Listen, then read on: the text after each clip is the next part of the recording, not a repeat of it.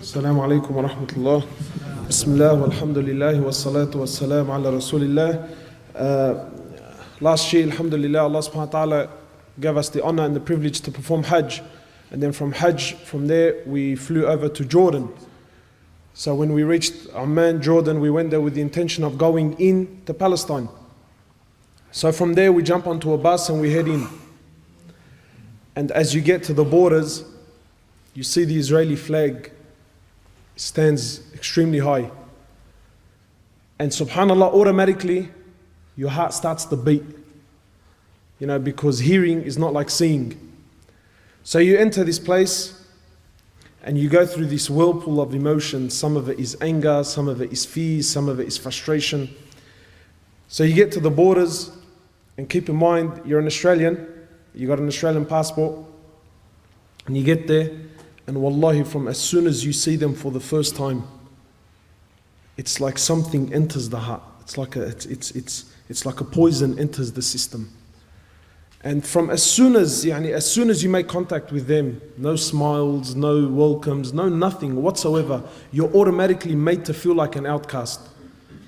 So you get to the border there, they take you off the bus, you walk in, and you sit for an hour, 2, 3, 4, 5, 6, 7, 8, and you haven't been questioned yet. You're an Australian that wants to go in, and you haven't been questioned yet. And as you sit and you watch, you'll see a Palestinian citizen, an old senior man, a man who we might call Ammar or Hajj, or an old man, at least at the age of 70, 75 years of age. And you see a young Israeli soldier, a female, maybe about 18 years old, 19 years old, talking down at him, giving him orders. Wallah al-Azim, like he's an animal. Like he has no value, no worth, nothing whatsoever. Talking down at him, full if you could call it talking, it was more like barking, right? And you feel it, Wallah al-Azim, you feel it. And you sit there and you bite your tongue. And this is a Palestinian. This is an old man who is supposed to be receiving some sort of respect, and he's been spoken down at by a little 18-year-old. Anyway, so you sit there, and then eventually they call your name, and then a young lady, and don't think it's a coincidence that they're ladies. It's not a coincidence that they're ladies. Then a young lady will come over, she calls you out, and then you got to follow her. You walk into the room, you sit down. Who are you? Why are you here? And then she starts to ask, why have you come to Palestine? And they call it Israel. But why are you here? What business do you want from here? Why do you choose to come here? Why didn't you just go straight home? Full on. And this can carry on. She'll talk to you for about half an hour, then she'll tell you to go back, and then you sit an hour, 2 hours, 3 hours, then she'll come back, she'll call you back out, she'll ask you the same questions again, then she'll send you back, then you sit down for an hour, 2 hours, and then someone else will come and call you out, and then they'll also ask you the same questions, then you'll go back, and then you sit for an hour and for 2 hours, until eventually you lose whatever love and whatever desire you had to go in is lost. And then they tell you come in. That's if they tell you come in. And then from as soon as you walk in, you can feel the oppression. You travel on their roads, and for kilometers on end, concrete high walls for kilometers and kilometers and kilometers separating. And then when you reach their suburbs, the concrete walls, they start to have paint and artwork so that it doesn't look as intimidating. And then you get there, and then you want to enter the Quds, the holy mosque, and it's surrounded by Israeli soldiers. So you come to walk in, you got to show your passport, proof of ID, and there's a man there, an Israeli, holding a fully automatic weapon, and I need to justify myself to him to why I need to enter the Masjid of Allah. Anyway, so you walk in, you show your ID, you go in there. And you walk into the Quds. And wallahi, it's like the walls are crying. There's no youth. Because they don't allow them. No youth. You walk in and they have a stand. A glass stand with a collection of bombs, grenades, shells, things that have been fired into the masjid over the period of years. You look at the shells made in the USA. Anyway, so you pray your Isha and maybe now you're thinking maybe I'll stay and make some dua. No, you can't stay, brother. Why? Because they got to lock up the masjid. 9:30, everyone's got to get out. But who does the final inspection? They do. Do you think they honor the masjid and take their shoes off? They walk in. And while all this is you can absolutely say nothing. And then you speak to the local and you tell him, how come, how come where's all the Muslims? How come there isn't more people?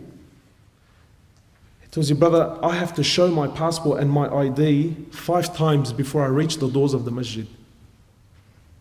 This is a citizen. He has to show his ID and his passport 5 times before he can reach the masjid. And if he forgets it, so let's just say he's forgotten, right? He can get charged. He falls into harm. You imagine in this country, you cannot travel from Lakemba to say Lakemba to Darwich. Say from Lakemba to Darwich. You get stopped twice. This is for the citizen, never mind the tourist. The citizen, his own country, he gets stopped twice. And twice he has to stop, prove who he is, get out of the car. If his wife is with him, she also has to get out of the car. The car's got to get inspected. Every single day. And if this brother has to go to Darwich twice, 3 times, 4 times, it's the same guard. He's seen him the first time. He's seen him a couple of hours ago. Him, his wife, his kids have to get out of the car and they have to inspect. But it gets worse. It gets worse.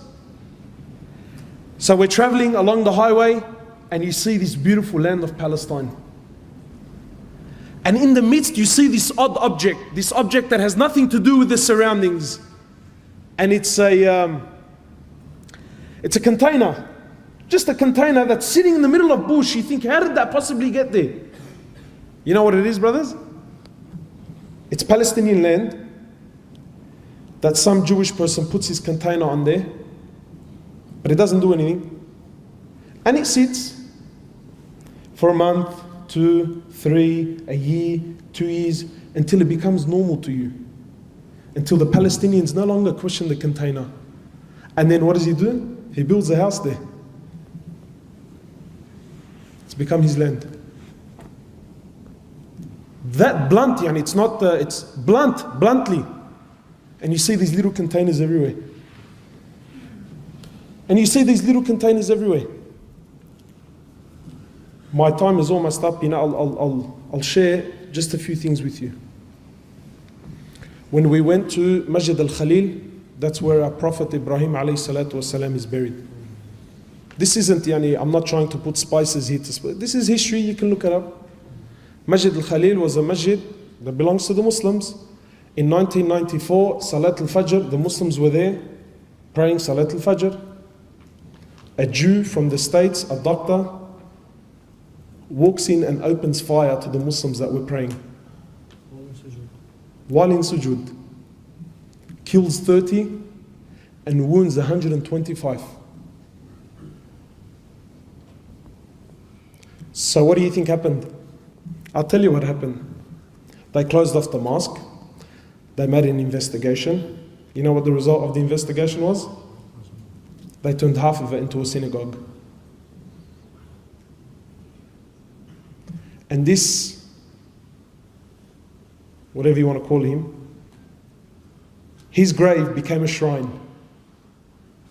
And extremist Jews used to go there and make pilgrimage at his grave. A hero.